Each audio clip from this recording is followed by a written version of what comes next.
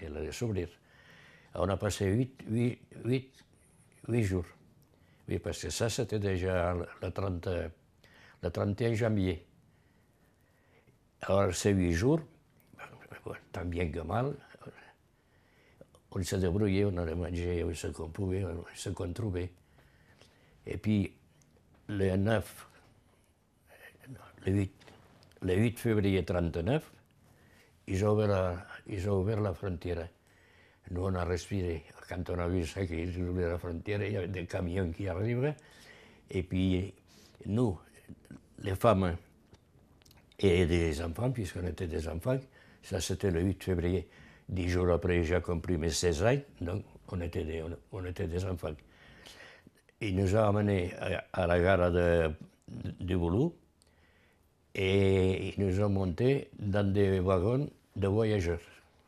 Pas de vestibule, des wagons de voyageurs. Et nous voilà partis vers Rennes. Alors quand on dit, parce que ça, j'en ai discuté pas mal de fois et je le maintiens, quand on dit que l'accueil français a été insupportable vis-à-vis des hommes et tout ça, je dis oui. Pourquoi? Parce qu'ils les ont mis dans des plages. Dans des plages, nous, si généreux, il nous arrive un demi-million de personnes dans nos frontières. Où on les aurait mis? Où on les aurait mis? Et ça, je le maintiens. Maintenant, je suis contre ce qui a été fait après. Barbelé, tous les 30 mètres, un Sénégalais baïonnette au canon, comme si on était des assassins, quoi, ni plus loin. Là, je ne suis pas d'accord. Mais la réception, oui. La réception, comment faire? Ils n'allaient pas nous mettre dans des hôtels de 5 étoiles, hein. Mais bien sûr.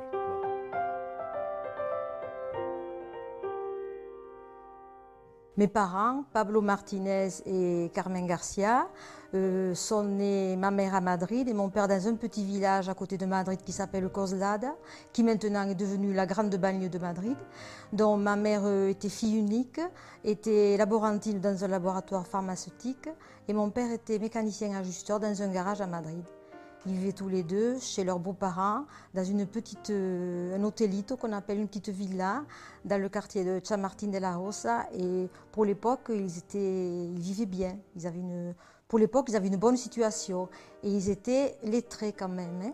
Ce qui à l'époque, il n'y a pas beaucoup de gens qui savaient lire et écrire à cette époque-là. Fin janvier 1939, ils sont partis vers la frontière et ils n'ont pu passer la frontière que début février. Là, tous les réfugiés, mes parents, y compris tous les autres, étaient poursuivis par les troupes franquistes qui mitraillaient toutes les colonnes de réfugiés qui partaient. Et ma mère a été blessée à une jambe. Et il faut savoir qu'elle était enceinte. Donc, elle a pu passer la frontière le 3 février. Et là, on l'a évacuée. Mais on ne savait pas où. Et mon père a pu passer la frontière le 9. Je crois savoir qu'elle a été fermée immédiatement après.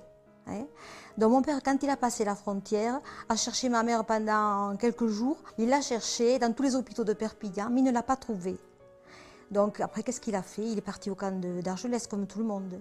Donc en plein hiver, en février, sur le sable, avec la pluie, le vent, la neige, tout ce qu'on peut avoir comme couverture. Et donc il est resté là, et ils se sont perdus de vue pendant quelques mois. Ils se sont retrouvés parce que mon père mettait des petits papiers. Il y avait dans les camps, quand ils se sont après un peu humanisés ces camps, qu'il y a eu des baraques, tout ça, il y avait un endroit où on mettait des petits papiers, je cherche un tel, je cherche une telle, et à force, il y a un de ces petits papiers qui est arrivé dans les mains de ma mère. Et ma mère, elle avait été évacuée à l'hôpital de Clermont-Ferrand. Mais au bout d'un moment, elle n'a plus pu rester à l'hôpital de Clermont-Ferrand parce qu'elle était pratiquement guérie et les autorités françaises la poussaient à repartir en Espagne. Parce qu'on a poussé les gens à repartir en Espagne pour se faire assassiner, mais en fait on les poussait quand même à repartir, il faut dire les choses comme elles sont. Et elle a tenu le coup, elle a inventé que son mari était prêt de trouver du travail, elle a tenu le coup. Et entre-temps, mon père l'a retrouvé et ils ont commencé à se retrouver épistolairement. Ensuite, mon père est resté donc à Argelès jusqu'au fin mai 1939. Fin mai 1939, on l'a transféré au camp de Bram, dans l'Aude. Là, il est resté jusqu'au 15 décembre 1939. Parce que là, la Seconde Guerre mondiale a éclaté, les soldats français, les Français ont été mobilisés, et donc on avait besoin de cette main-d'œuvre étrangère qui, au début, on ne voulait pas. Mais il a bien fallu la prendre, parce que ça rendait quand même un service quelque part. Donc on est bien venu chercher mon père et il a été embauché chez un mécanicien de la région.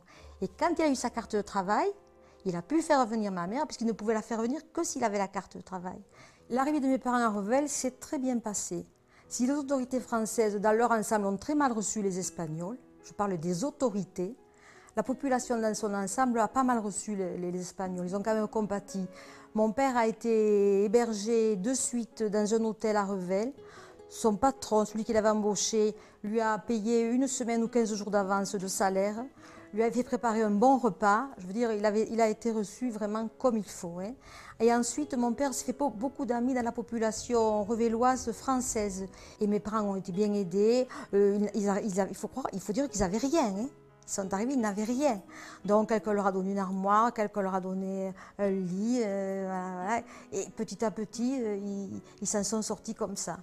À la fin de la guerre, beaucoup d'Espagnols, comme mon père, je pense, ont cru que les démocraties occidentales aideraient les Espagnols à mettre Franco dehors. Mais toutes les démocraties occidentales étaient fatiguées de la guerre, donc c'est resté comme ça. Donc personne on n'a pas repris la lutte, quoi. C'était fini, les carottes étaient cuites. Donc quand mon père a vu ça, il a dit bon, ben, c'est ici qu'il faut faire notre vie, on va la faire et puis voilà. À la mort de Franco, comme il avait tout le temps envie de revenir en Espagne, il est parti vivre en Espagne. Il vivait en Espagne pratiquement tout le temps. Il est reparti vivre en Espagne. Mais il passait, mettons, 9 mois là-bas, 3 mois ici, vous voyez. Mais le problème de tous ces exilés, c'est que quand il était en Espagne, il lui manquait Revel et le Lauragais, puisqu'il avait passé autant de temps finalement en France qu'en Espagne, puisqu'il est arrivé il a plus de 30 ans, hein, et qu'il en avait plus de 60. Et quand il était là-bas, quand il était ici, il lui manquait l'Espagne, et là-bas, il lui manquait le Lauragais. C'est le problème des exilés qui ne sont bien nulle part. Le samedi après-midi, quand il a monté son garage en 1950, il y avait un ou deux copains espagnols avec qui il était ami qui venaient et il se passait des disques de flamenco et des disques, notamment un disque qui me donne les larmes aux yeux sur l'émigration et les migrantes de Juanito Valderrama. Et ce disque, il se le passait en boucle et ça remuait beaucoup de souvenirs. Cette chanson, elle dit que quand je suis sortie de chez moi, j'ai tourné la tête en pleurant. Je ne peux pas en parler.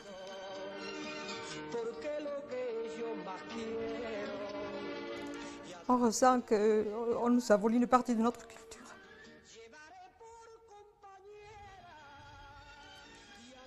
C'est très difficile. On nous a volé quelque chose. On nous a volé l'affection qu'on aurait pu avoir de nos tantes, de nos cousines qu'on n'a pas connues ou qu'on a connues trop tard. Et toute cette culture, que ce soit la littérature et tout ça, qu'on aurait pu apprendre. Bon, j'ai appris autre chose, c'est vrai. C'est vrai, je ne suis pas malheureuse ici, pas du tout. Hein, mais on nous a volé quelque chose. On nous a volé cette culture et que maintenant, moi, à l'âge que j'ai, j'essaie de rattraper à grands pas quand même. Hein. Voilà ce qu'on ressent, qu'on nous a volé ça.